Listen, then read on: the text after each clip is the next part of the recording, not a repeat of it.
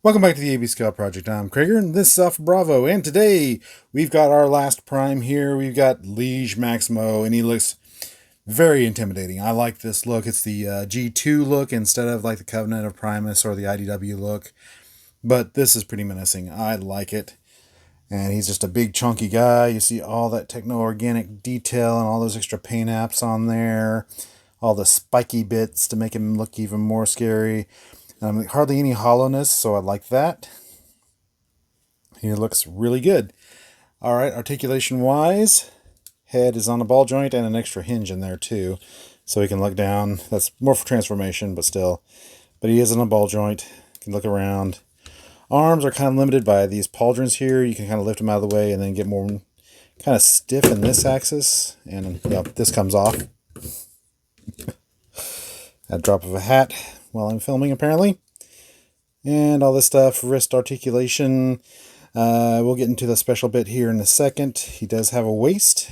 He has some coverage there that come up, and legs can go pretty much anywhere they want to. Nice deep knee bend. Really good. You got your thigh rotation. You got some ankle tilt. That's plenty to do it. Not extreme, but that's more than enough. So yeah. All right, coming back to why this section is red here. He comes with his Legion darts here, which are pretty cool. And they picked out 3 darts from the comics, from the G2 comics, to base this on for the darts that he shoots. So that's pretty cool. And he can either hold the gun like a normal person, or you can turn his hand around, flip this around, and then it becomes a gun arm. So you can plug that in there, or you can just leave that as a straight up just gun. So lots of opportunities there. So pretty cool. And these things come off. I guess we'll talk about that since that falls off. This can come off. It's a 5mm peg up here, and so you can kind of strip them down if you want to. The kind of the bare basics Maximo, if you want to. Looks more reminds you more of Unicron like that, but yeah, something you can do. Probably not something you want to do often. And probably about the first time these things pop off, you have trouble getting them to go on again because they're rubber. And so you got to make sure you lift up and then press in there to get those to stay on. Stick that guy back on there. And of course you can put the Legion darts back there if you want to. Makes them kind of back heavy. So we'll go ahead and keep that in his hand. So yeah, looks good. Now, before I had for my winter was just run out and buy some random Loki figure and repaint them. Because that'd actually be closer to the Covenant of Primus or the IDW look. But I like the G2 look. I think this is fine.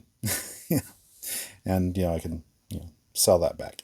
Anyway, we'll do one more comparison here. We'll bring in Earthrise Optimus here just so you can see how big he is. I mean, he is at the old Voyager level plus. I guess since I've just got him on hand, we'll bring in the 86 Galvatron here. So see, just a smidge taller than the 86 Galvatron too. So he's a big boy. Let all the stuff fall off that again. All right. All right, there's one more cool thing that they built in, and we'll go to that now. And one thing they did brag about with the design of the Liege Maximo was the compatibility with the Coronation Starscream's Decepticon throne, which mine is usually occupied by G-Axis and his cronies here. So what we'll do, we'll remove G-Axis from his seat. And first thing we see is that it is way too big to work like that. So what you have to do is take off the back horns, seat them in there, and then the horns, these 2 pins actually go in those 2 holes. So you can stick that back there, pull him around, and we can kind of squish him a little bit more. He still sits on the very edge of the throne. So I'm going to go with just barely, but there's that G2 look, and I think he looks pretty good with G-Axis goons there. So, yeah.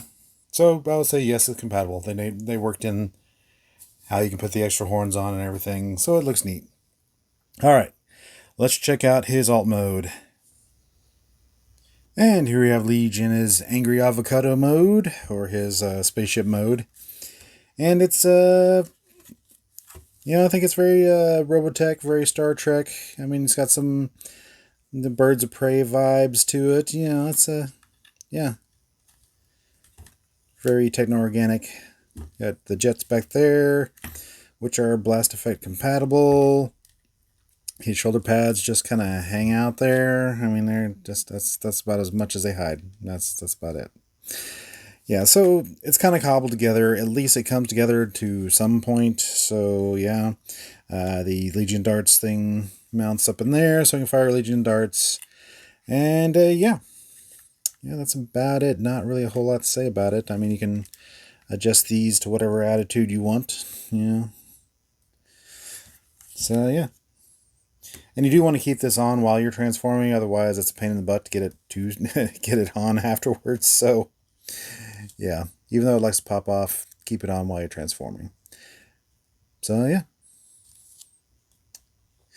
All right, for comparison, we'll go ahead and bring in the Alpha Bravo here, just so you can see how much bigger he is than a typical Deluxe there. So, yeah. But he does, compact pretty well. So, not a whole lot to say. Let's just go ahead and go to our final thoughts. Since I pretty much gave away the game in the first segment, he's gonna of course be our IDW G1 Liege Maximo, because he's the only purpose-built Liege Maximo. So, yeah, he wins. So, I thought I'd just skip to our 13 Prime shot. Now, we are getting a Galaxy, just forgot the name, Galaxy Force version of the Vector Prime, so there'll be a new one of those, but I see no reason in buying it. Star Convoy is supposed to be the 13th Prime.